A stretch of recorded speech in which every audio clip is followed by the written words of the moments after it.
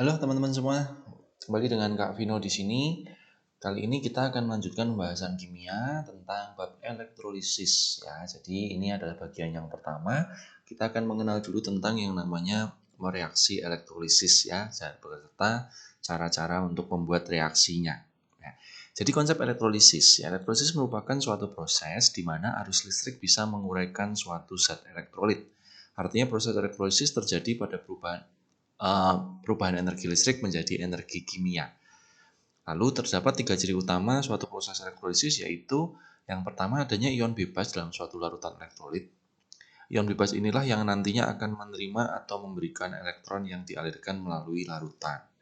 Kemudian yang kedua, terdapat sumber arus DC atau arus searah dari luar, misalkan dari baterai. Dan yang berikutnya adalah memiliki dua elektroda, yaitu katoda dan anoda dalam sel elektrolisis.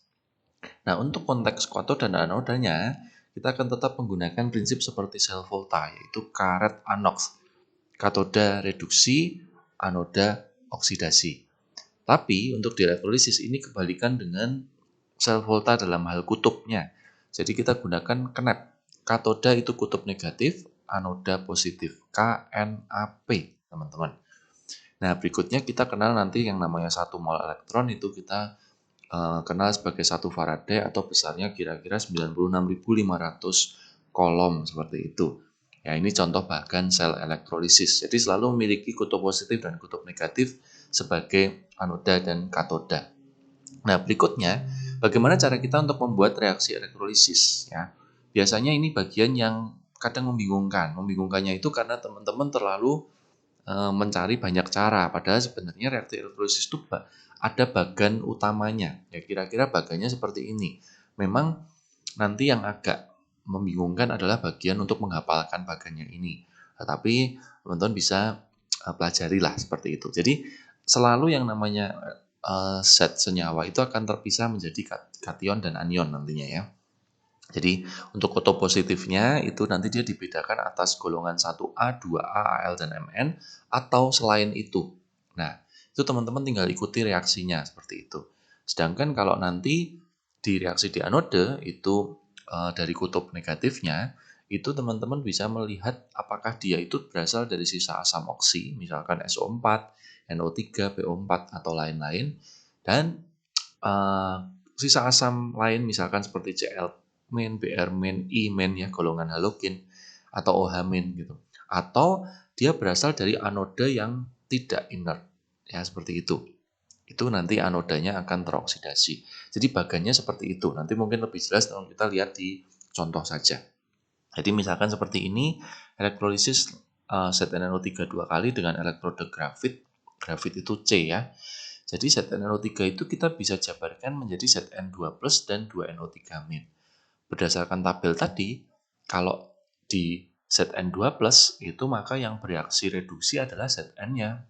Gitu ya, maka menjadi Zn2+ plus 2E menjadi Zn.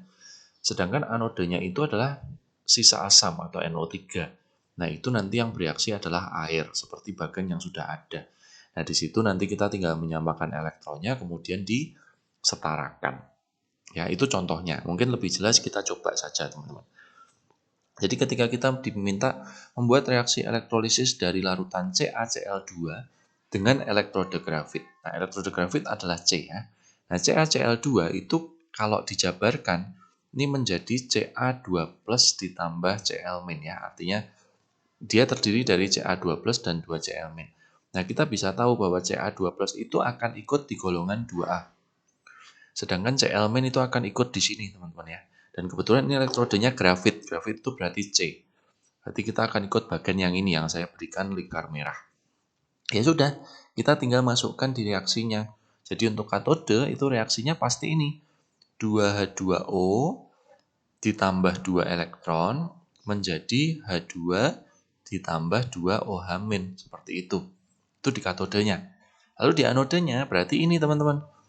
Karena Cl ya kita gunakan 2 Cl- menjadi Cl2 plus 2E-. Nah, ini teman-teman tinggal gabungkan saja. Jadi elektronnya sudah sama, berarti kita tinggal coret.